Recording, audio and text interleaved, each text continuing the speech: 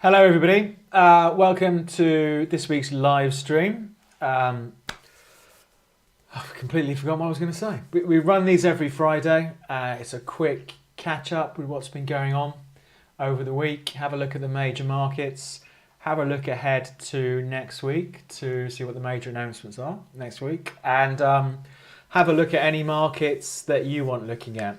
I'm going to jump into the official start in a minute. But the pound is getting absolutely clobbered today. Look at that. I wasn't expecting that.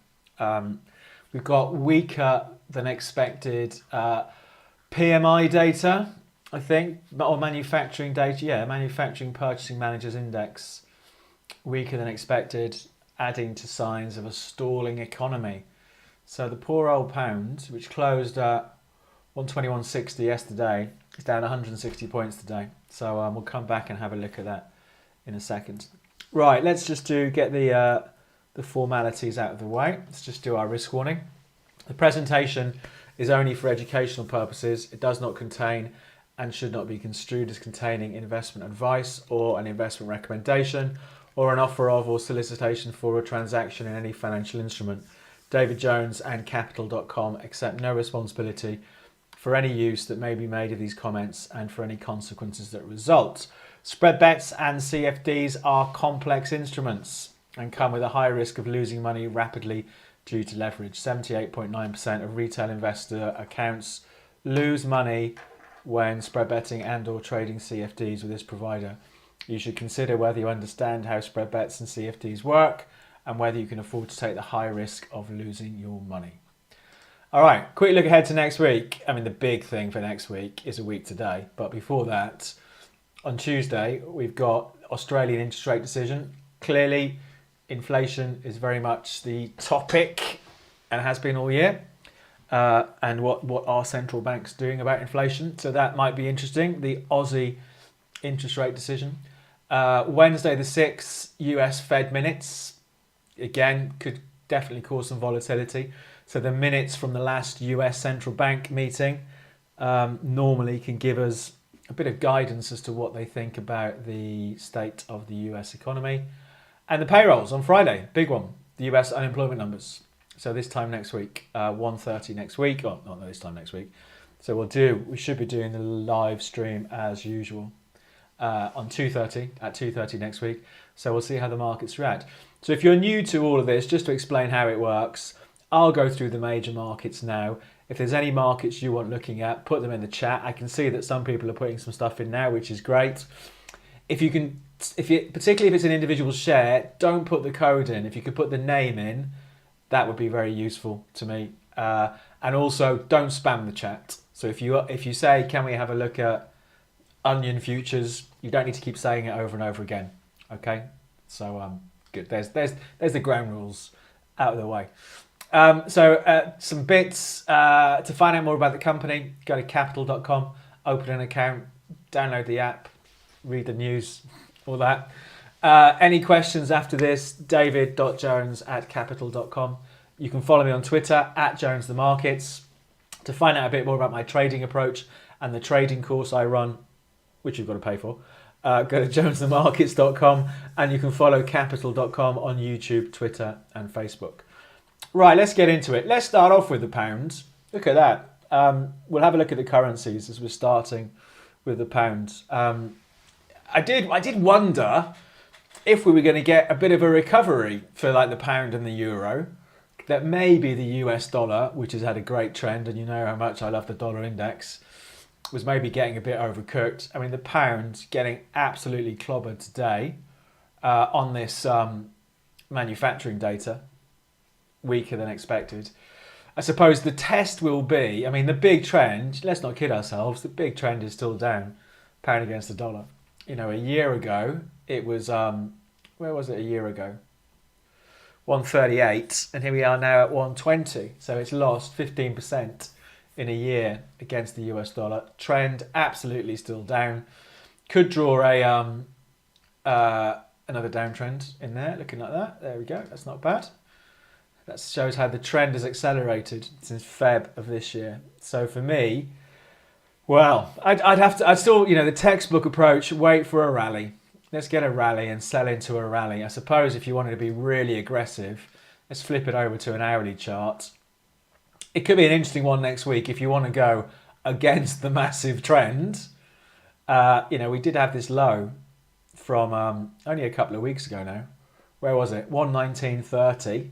The market's at 120 at the moment. Does it hold? Has it overreacted to this data today? It's still pretty weak now. I think that'd be an interesting one to watch next week, pound against the dollar. But the big trend is most definitely down for now on that one. It's crazy, isn't it? Where did it get to in Corona? 114, wasn't it? It was the lowest since the 1980s, mid 80s, I think, from memory back then. But I would have thought, because 120 was the floor back in 2019. So let's see what happens. For those of us who are planning on going on holiday to America in the summer, it's getting more and more expensive, isn't it? But I think it might be an interesting one to watch next week to see if the 119 lows hold. Let's see what happens. Euro US dollar. Did a video on the euro this week. Again, I think I bought it. Yeah, it's still in the trade, losing money. There it is. So that trade there, bought it at 105. I think I did say in the video, a bit of a bottom fishing trade. And again, big trend in euro US dollar, absolutely still down. Go back to May last year, the market was at 122.50, and here we are now down at 104. So another market that's lost 15% against the dollar in the last 12 months.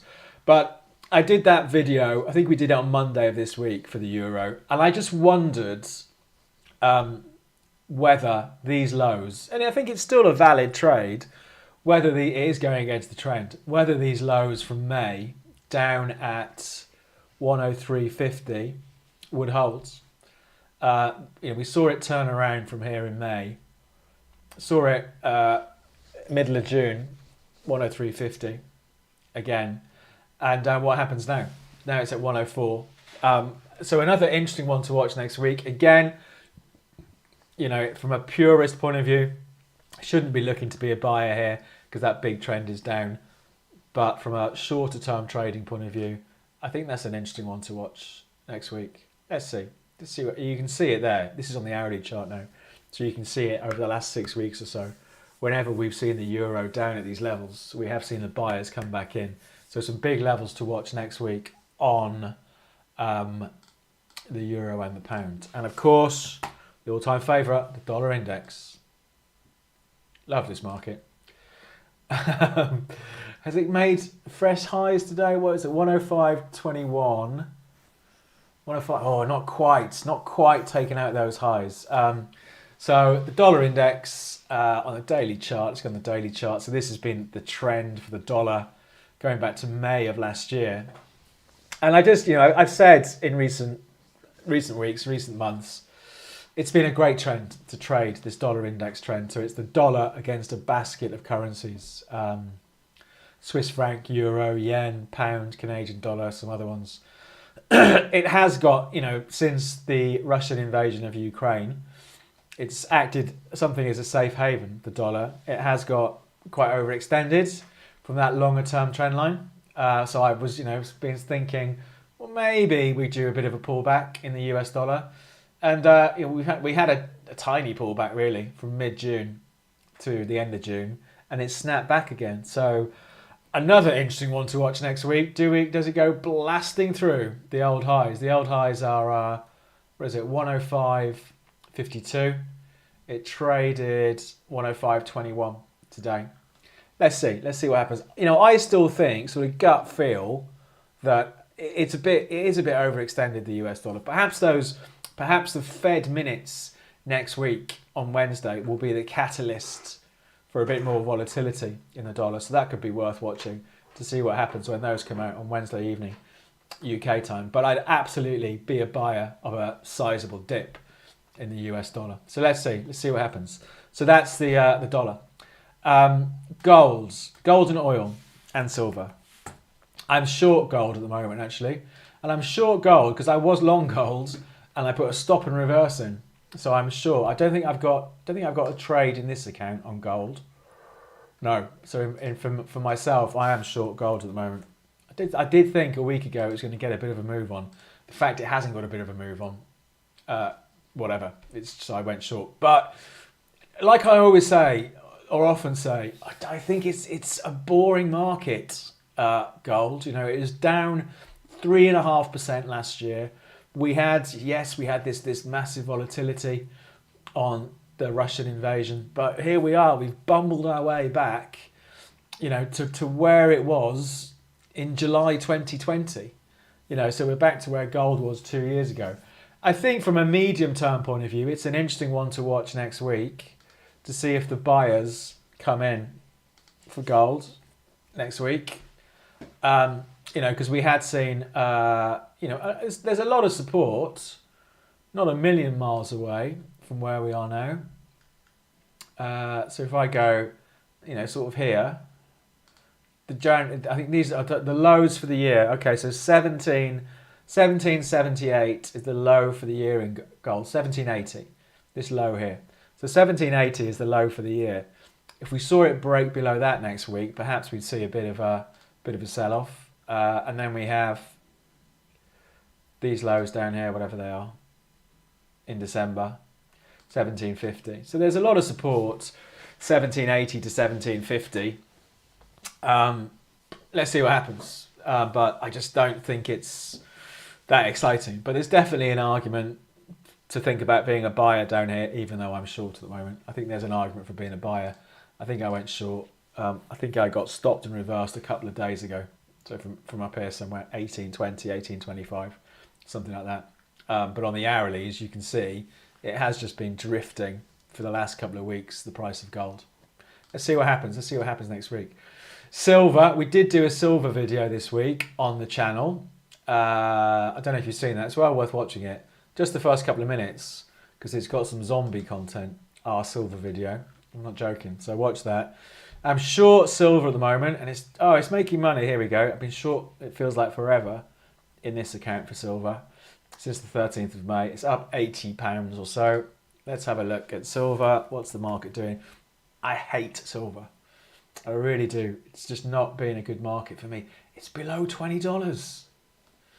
Ah, interesting. So, that's quite a big break in silver. It's a big level, silver. The reason I find it a frustrating market, be interesting to see what happens next week, because it breaks out and then you never get any follow through. But I wonder, is this time going to be any different? Let's see what happens. So I've been short since about here on the break in May, and then it rallied and it did nothing. And it's just tanked, hasn't it, the last couple of days? Well, there you go. Let's see. So for me, I'm quite happy. I'm short silver now. I think perhaps the next target we're looking for is this little messing around area from May to June 2020. So I suppose we'd say from sort of $16 to $18, that sort of area. But that's silver trading at its lowest. Again, it's a 2-year low in silver. Interesting. That maybe things get a bit more lively in silver from here, but that is not normally a positive sign. Let's see. So I think that's one to watch next week. It's a lot to watch next week already, actually. So silver breaking down to a 2-year low. So gold, silver, did oil. Oh, I've traded oil this week. I've traded it badly this week, oil. I've got a trade running in this account. Let's have a look. When did we do that trade? The 23rd of June. It must have been for an oil video. So I bought it at 105.70. So slightly in profit. It's to me anyway, it feels like it's been a bit of a scrappy market this week, oil. Yeah, it's been a bit up, just up for 2 days, down for 2 days, and up today. So, what would you do with oil? You could. The big trend is up. If we go back to the COVID lows, the April lows, 2020 lows, the big trend is up. Even if oil dropped $20 from here, it's still in that big trend. We've got lots of support from 92 through to about 98. I suppose an aggressive trade here, if we flipped it over to the hourlies, an aggressive trade. This is not, I suppose, not a bad trading idea. An aggressive trade, you could take the view, okay, the correction from June the 14th into June the 27th is over. So the last couple of weeks of June, we saw this slide. That slide's over. Market has a bit of a recovery, breaks back. So for me, if I had to do a trade on oil now, I would be a buyer and I would put my support, my stop loss would go the other side of there, 101. So again, it's maybe another one for next week, to see, do we see it maybe sell off a bit this afternoon, find a bit of stability, see where it goes next week. But 101 was a bit of a turning point really towards the end of June. But it's a bit of I find it really frustrating this week, oil, because it's just a bit of a scrappy, nothing of a week in the end. We're trading pretty much where we were this time last week in oil, but 101 has emerged as support. So let's see what happens. Crude oil, natural gas. Natural gas. What a crazy market natural gas is. I had to write something on this yesterday. And the numbers in natural gas, hang on a second, let me get it, because I'm sure, what was the high? Hold on a second. So it traded as high as 965, traded as low as 534. So 965 minus 534. So that is a 44% move in natural gas in about 3 weeks. That is it's pretty brutal, isn't it? And I haven't traded it for my own account in the last few months because it's all gone a bit crazy. It's been a great market. Last year was a great market. I think we did do a buy back here in Jan as well, and then it just runs up. And now, what's going to happen next? I think it's another interesting one. Not necessarily for me for a trade, but it's an interesting one for next week because we've come sailing back near that longer term trend line. So I think it's interesting. What's also interesting, clearly we have this energy crisis in terms of our household bills now. And I don't know if I said it at the time, but whenever something starts making mainstream media headlines, like by the time the BBC website is saying, oh my God, look at the price of natural gas, when they'd never cover it before, that's exactly the time where you have to start worrying, is the trend starting to end? And, clearly we've had it eventually in June, or the sharp uptrend in June. So I do wonder if we do see prices under pressure, clearly it bodes well for the winter for gas bills, and perhaps that's going to help inflation slow down and all the rest of it. But an absolutely crazy market, long-term trend still up. I would still be a buyer of the dips. So yeah, there you go.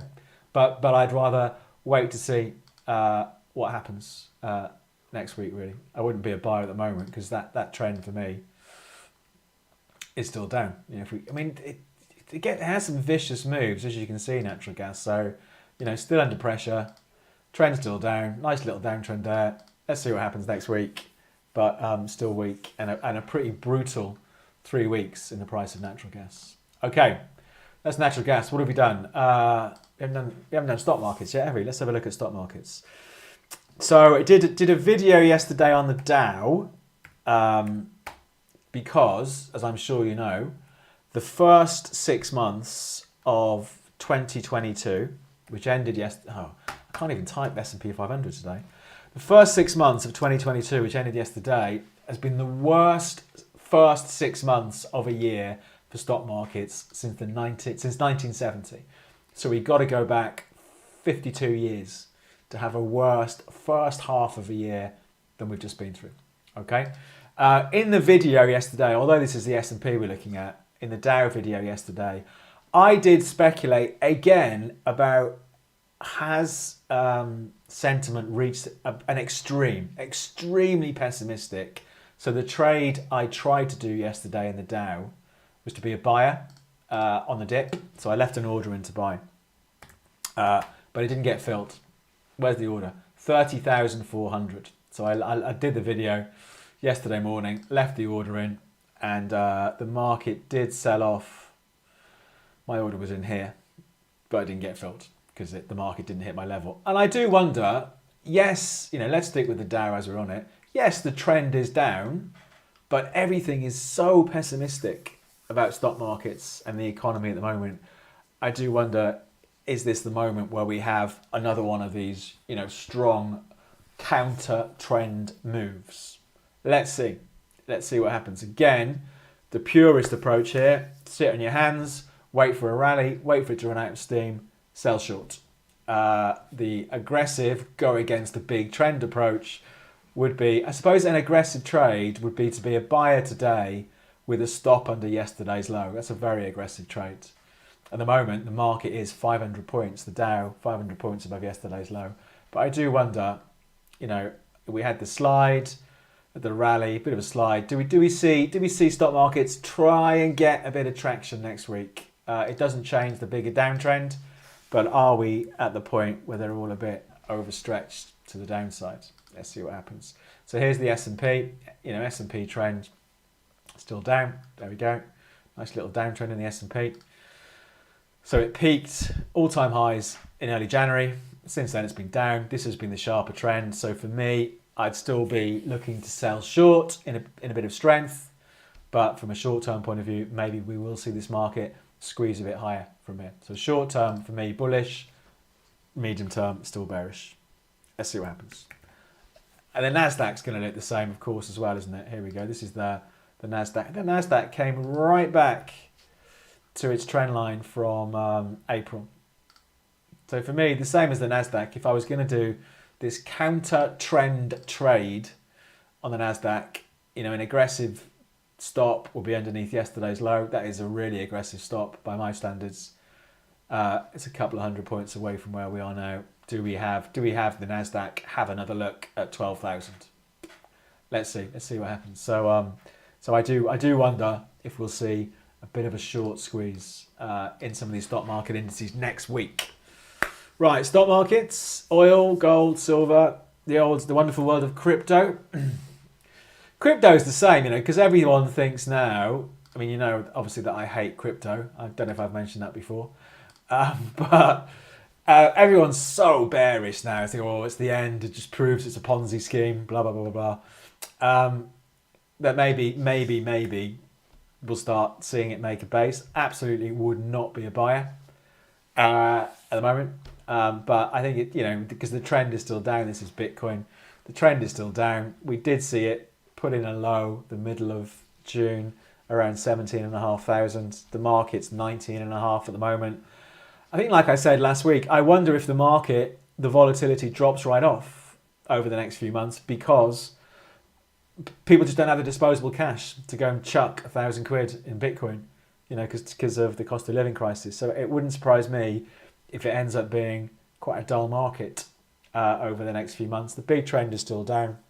Let's see what happens. But nothing too exciting for me in the world of crypto, apart from the fact that a lot of the stuff you read these days is a sort of mocking all the crypto hodlers, and maybe we got pessimism at an extreme for crypto.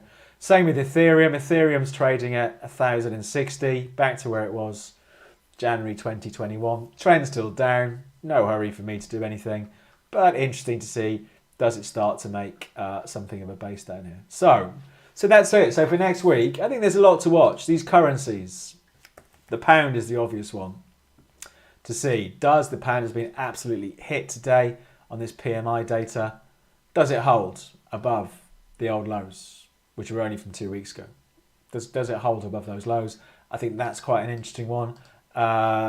Gold, because it's still weak, I'm short, but we're back to levels that were the lows for the year, around about 1780.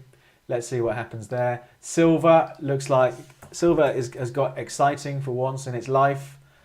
Sod's Law will do absolutely nothing next week then, but silver's really breaking lower.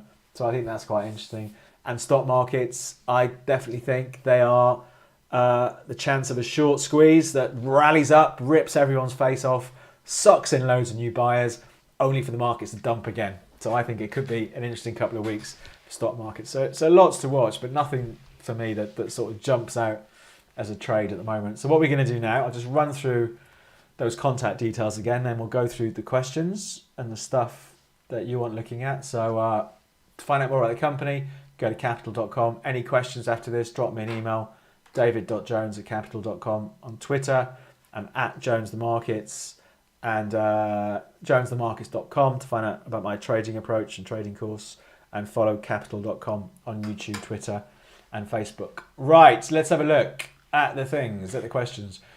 First question, do you read or watch financial news regularly? I think the quick answer to that is no, I don't. Will you be in like the Financial Times or Bloomberg? I do read the Financial Times website, maybe once a day or once every couple of days, just to see what the big themes are. Absolutely do not watch financial TV. I think that Bloomberg and CNBC, absolute waste of time. Will you be influenced by these financial media when you make your trade decisions? No. I think for me, it's always, the FT or even just the weekend FT. If you bought it on a Saturday, there's a lot in the weekend FT, apart from the magazine that shows you how to spend 50 million on a yacht. There's a lot of, a summary of the big financial themes. So I think if you want to know what's going on in economies, you don't need to read the FT every day, but the weekend FT is a good read. But for me, it doesn't influence my trading. So for me, it's more about what the price is doing, what the trend is doing, and all of that.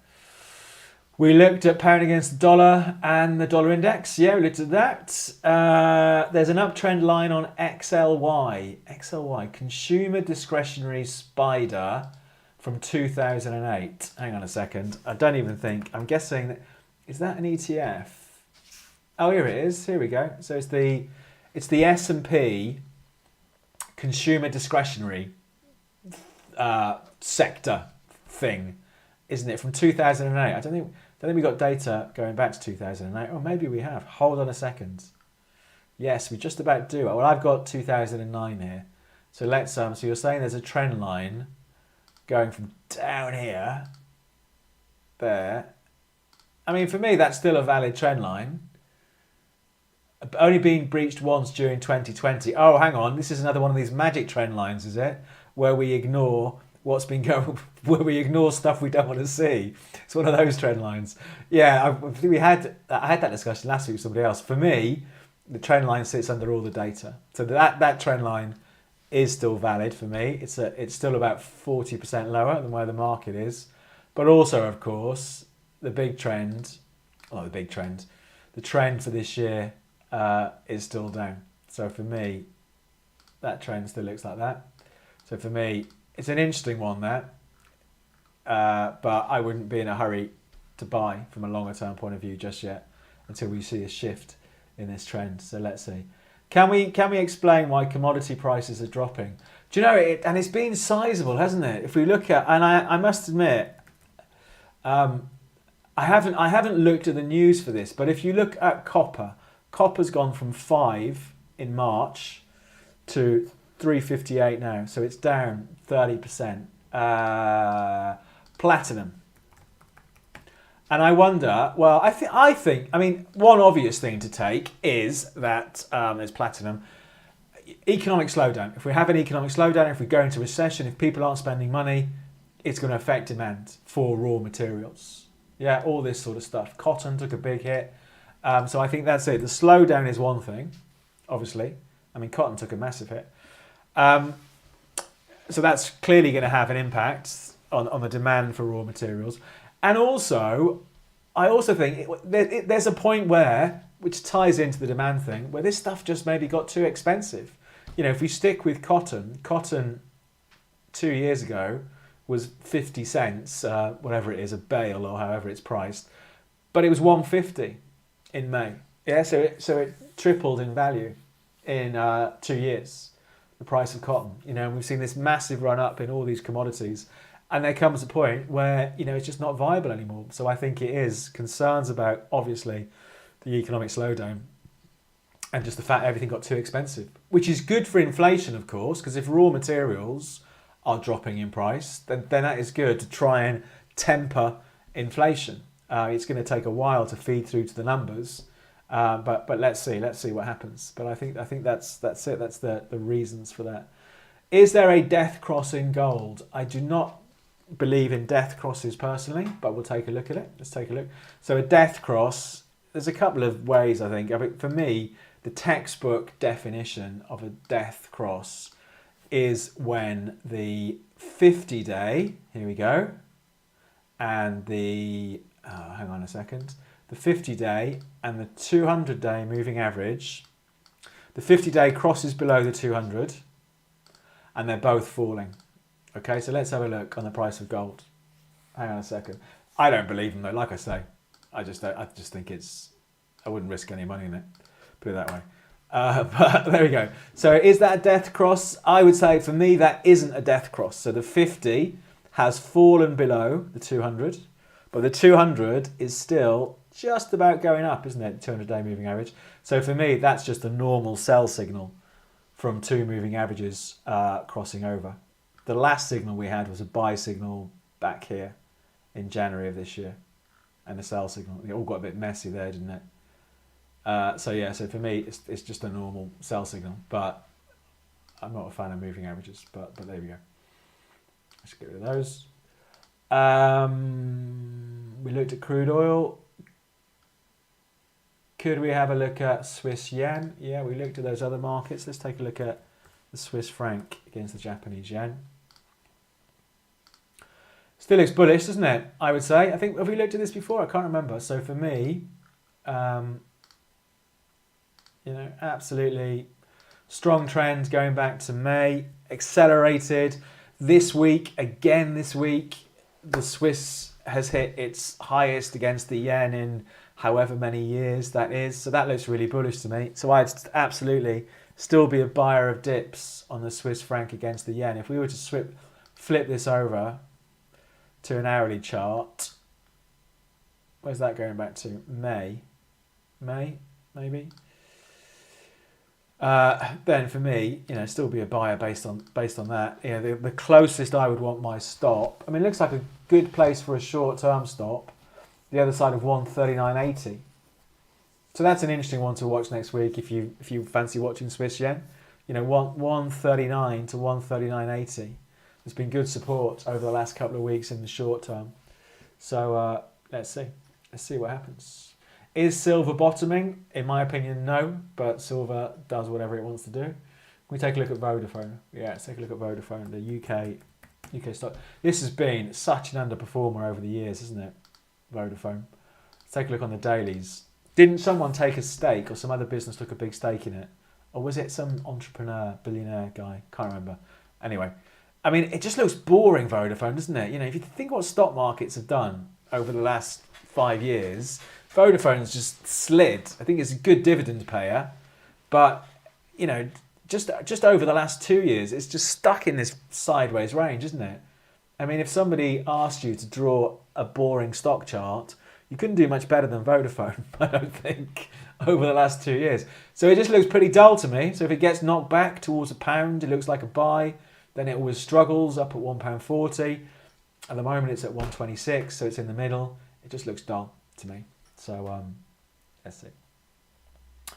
Natural gas. We looked at natural gas. We looked at pound against the dollar. We looked at that. SQQ. I've got no idea what SQQQQ is. Let's see if we recognising it. Oh, there we go. It's the ultra short QQQ. So it's an ETF that moves inverse to the QQQs, and the QQQs is the Nasdaq tracker ETF. So you'd buy the SQQQ if you thought the Nasdaq was going to go down. So really, for me, I don't know. If you think the Nasdaq's going to go down, buy it. I mean, we did look at the Nasdaq. I think in the short term, there's a risk of a squeeze upwards in the Nasdaq, which would knock down the SQQQ and then be a buyer. It sounds like an Audi, that, doesn't it? The Audi SQQQ. So for me, yeah, I would be a buyer on a dip of that one. Netflix. I wrote something on Netflix is down 75% from its November high. I mean, it does seem to me, again, this is why I stopped, I think it's pointless trying to make sense of markets, trying to apply any sort of logic to markets, because Netflix has been absolutely crucified for losing a few subscribers. I mean, it is absolutely incredible, isn't it? I mean, I've still got Netflix. I think most people still have, but complete change in valuation from well, $700 almost in November to 177 today. I mean, again, from a purist point of view, you know, I'd say the trend was still down in Netflix. But you know, an aggressive trade. Should we do this? Let's do this aggressive trade. Let's go massively against this enormous downtrend in Netflix. You know, for me, an aggressive trade, if I was a buyer now at 178, I put my stop the other side of 160, which is the low so far this year. So the low so far this year is 162 by the looks of it. Let's do that. Let's pick the bottom in Netflix. So 162 was the low. So we'll go 155 for a stop. We only want to risk 100 quid. So we buy 5 shares. That'll do. 5 shares in Netflix at 178. Buying 5. Stop at 155. So I'm going to buy it, but if it breaks the new lows, I'm getting out. So let's see. Let's see how that works out. Let's buy. There we go. Let's buy those Netflix. We did do that last week. On Amazon, I remember, was a bit of a bottom fish trade, or 2 weeks ago. There we go. It's made a bit, not much. So Netflix. What else have we got? Heinz Kraft.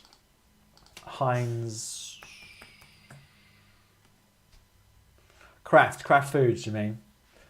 This looks a bit boring as well, I'd say. I think it's a bit...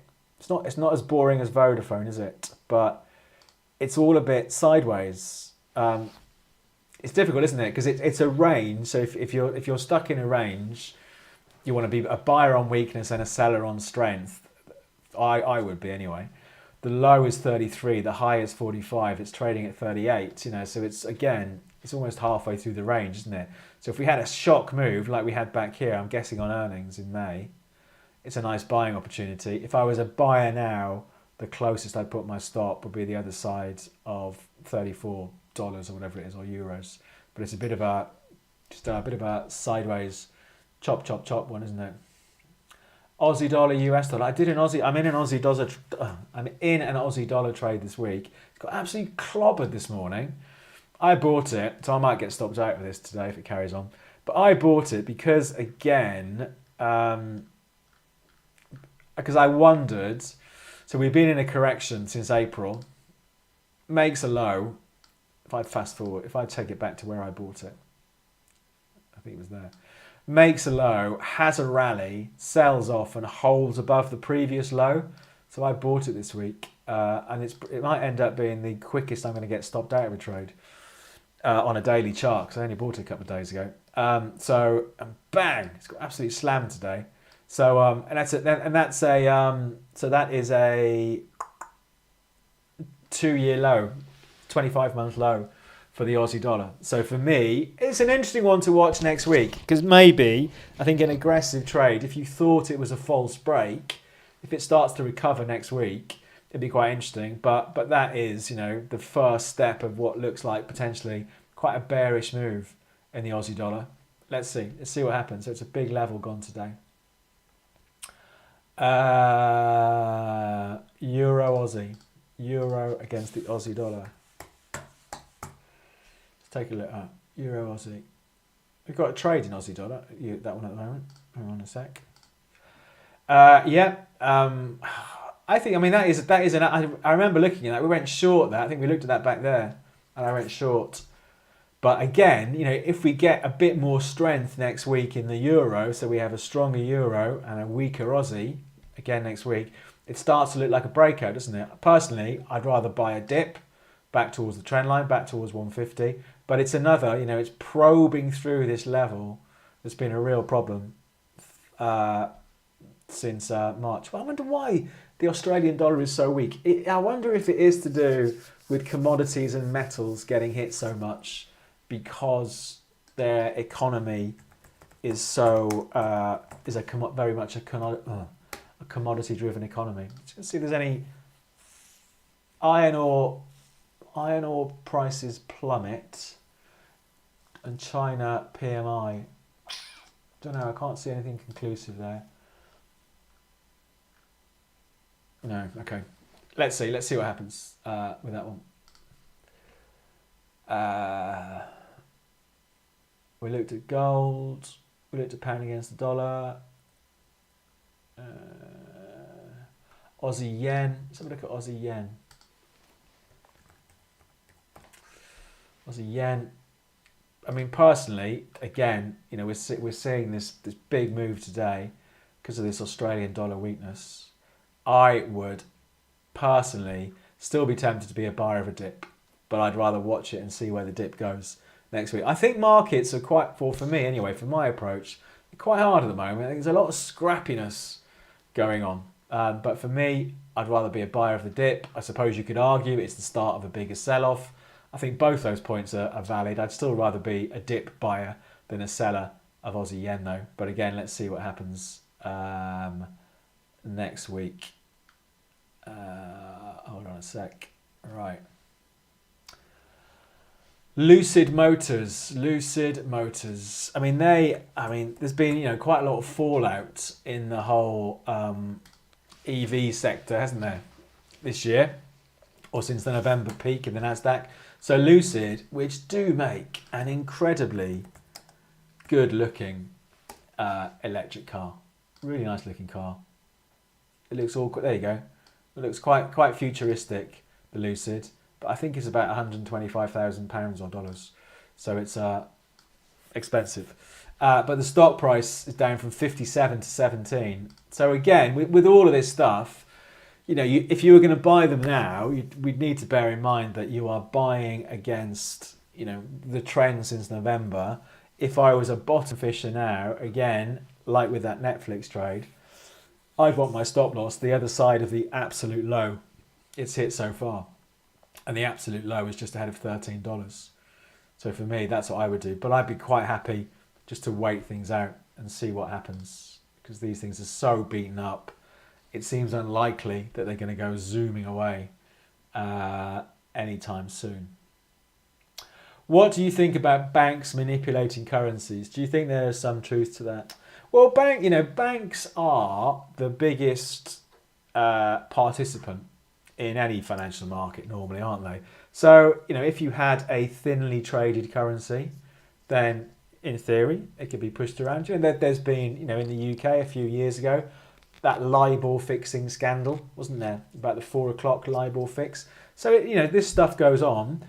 I wouldn't worry about it. Again, it's like, why worry? I can't do anything about it. I'm not a bank. I can't move the market. I don't get too tied up with it. Silver is the classic example of a market where they are obsessed with conspiracies, because there has been, JP Morgan traders went on trial a few years ago about shenanigans in the silver market. And in the comments, if you ever read the comments of our silver video, absolutely guarantee you, even the one from a couple of days ago, there are people there expounding on various conspiracy theories. So this stuff does go on. Personally, I think trading is hard enough without worrying about all the other stuff that you can't really control. So I don't really worry about it. What do you think about getting lost in indicators looking at a chart? Really good point, that. I think people do. Most people lose. Let's not forget. I don't think I said that this time around. Need to get that in. Most people lose money when trading. What do most new traders do? They have 1,000,001 different indicators. Yeah, and I was guilty of it. I did it for years in the beginning. I started trading in the 1990s, mid-1990s. And my thing was stochastics. So I had loads of stochastics on everything. And the problem is, you're so busy looking at all that stuff, you're missing, you're not looking at what the trend is doing. So I think people, I don't look at indicators at all for my trading. I have an RSI up here because people like RSIs. But when it comes to me trading, I don't use any indicators at all. So I am absolutely, not a fan of indicators.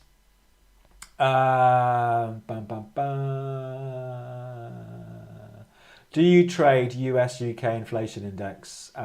Nope. Crude oil, we look at crude oil. Are gold miners strongly connected to the gold price? They are, because you do see, they don't move step for step with gold, but if we look at something like the gold miners index, gold miners, there we go, there we go, that one, the VanEck Vectors Gold Miners ETF. This is it's a US ETF. It's interesting, it's looking pretty bearish. This is a US ETF that tracks the New York Stock Exchange Gold Miners Index of stocks. Clearly, when we saw that strength in August 2020, gold price hits all-time highs, Gold Miners Index goes up, and then bang, the invasion of Ukraine this year, gold miners go up as the gold price goes up. But they've definitely fallen a lot harder than the price of gold has over the last 3 months. So there's obviously a link there, but it's not a point for point, percent for percent link between the two of them.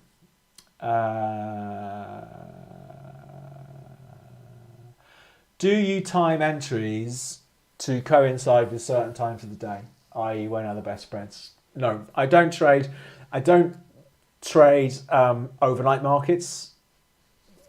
So, for example, if I was going to do a trade on the S&P, I would trade during the normal market hours, which for me in the UK are 2:30 p.m. to 9 p.m. So I wouldn't trade the 24-hour market, but I don't even think about time. I think it was more of an issue because I think spreads are pretty competitive now, around the clock.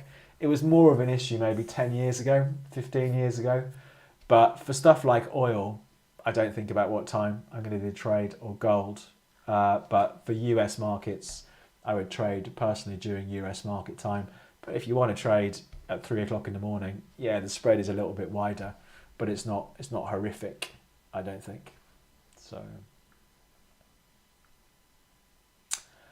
how to fulfill eligibility to be a pro trader from a retail trader without having the experience of professional positions or £50,000 portfolio, £500,000 portfolio. You can't. That's the rules are there by the regulator. You can be, and to be honest, as a professional trader, you get more leverage if you really want it. But I think as a retail trader, you've got plenty of leverage anyway. So if you don't meet the criteria, don't worry about it. You don't meet the criteria. The regulator puts those.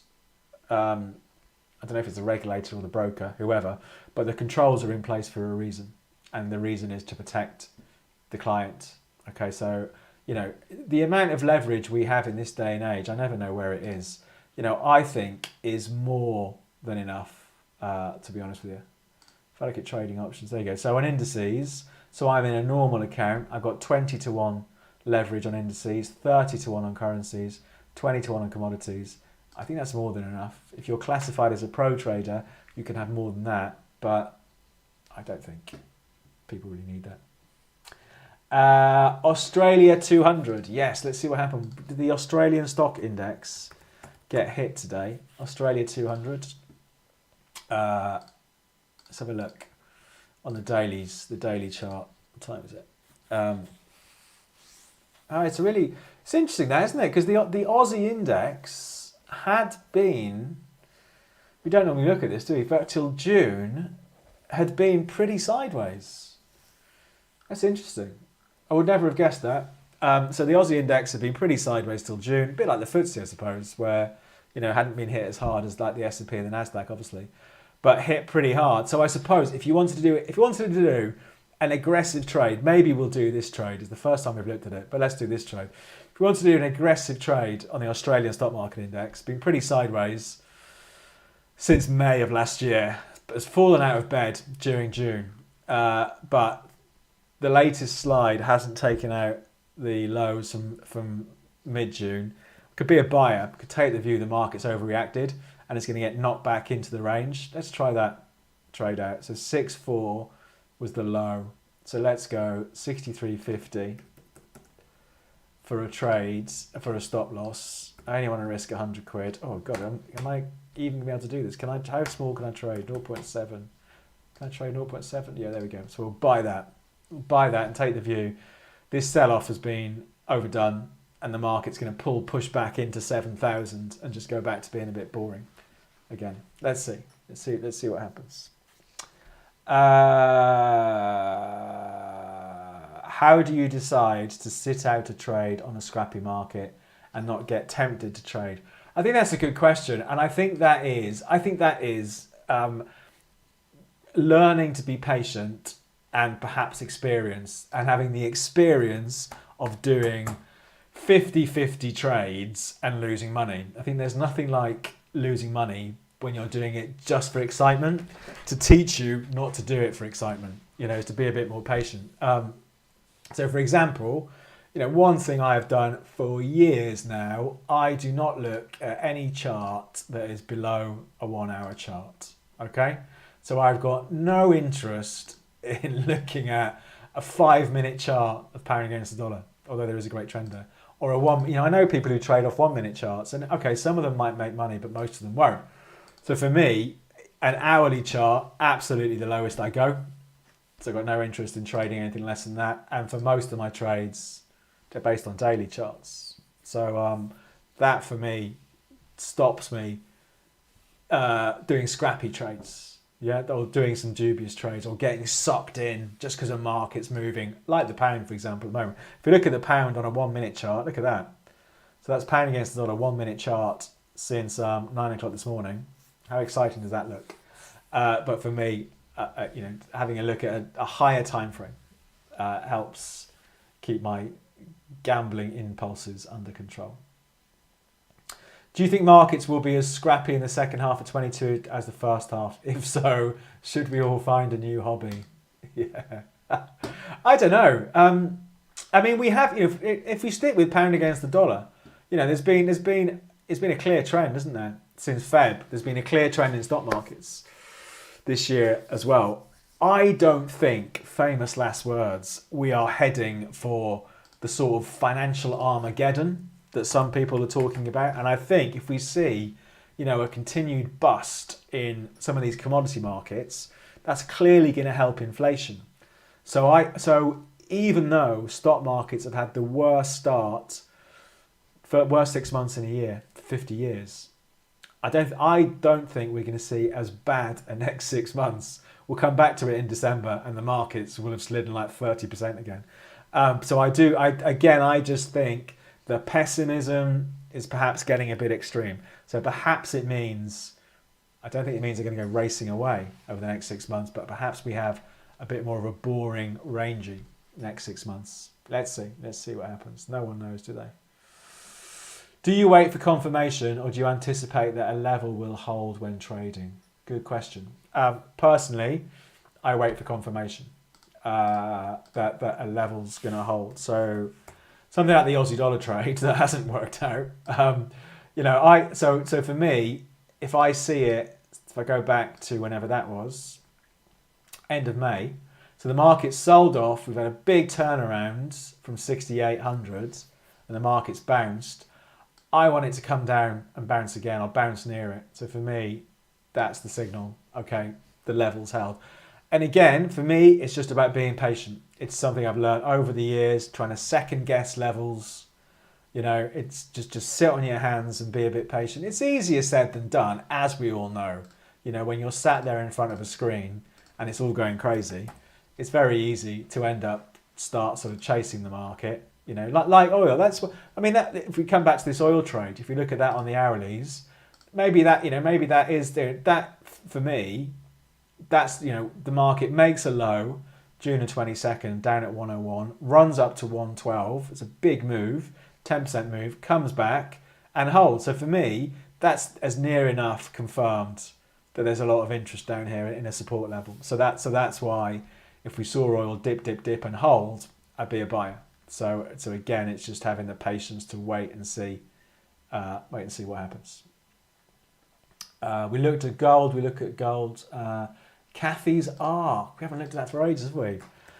So the previous darling of the US investor, the ARK Innovation ETF.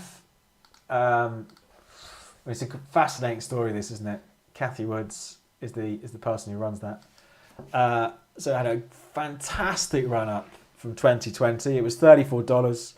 The Corona lows ran up to 160 in Feb 2021.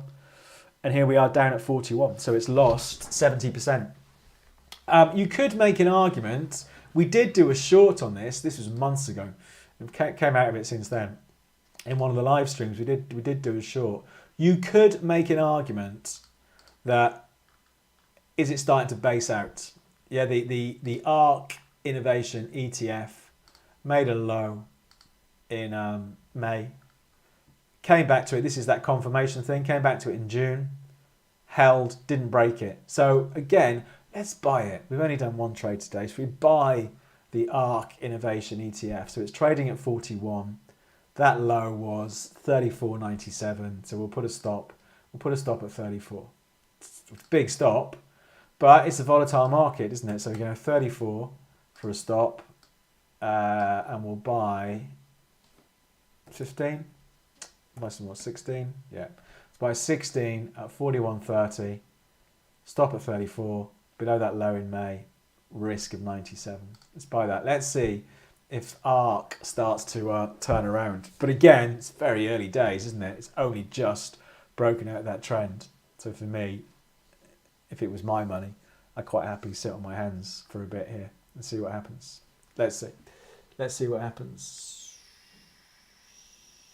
Does your 1 hour chart include data from extended market hours? Yes, it does. So for me, on something like the S&P, for example, I think it's a good question now, because I think there's a few angles there we could look at. Because for me, if I was looking at the S&P, so here's the S&P, so, and it's 24-hour market, so this shows all 24 hours. But for me, let's make it a 30-minute chart, just so I can see where 230 was yesterday. So for me, the lows set during normal market hours are more important than the lows set during 24-hour market hours. And what I mean by that was, yesterday, the S&P at 230 hit 37.40, and that was the low for the day, right? So where it was basically near the open, that was the low we saw all day for the S&P during normal market hours. Now overnight, we've been down here, and we've been up here.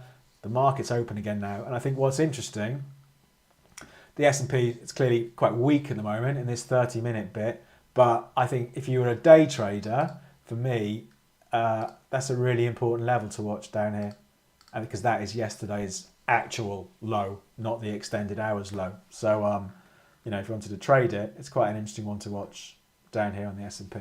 So yeah, my hourly charts show all of the trading, all the extended hours. But I would put more weight when it comes to indices like the S&P and the Nasdaq on actual, real, inverted commas, market hours. Right, that's it. It's 3:30-ish almost. We've got to wrap it up. There's no more questions by the looks of it. So I am going to wrap things up there. As usual, to find out more, go to Capital.com.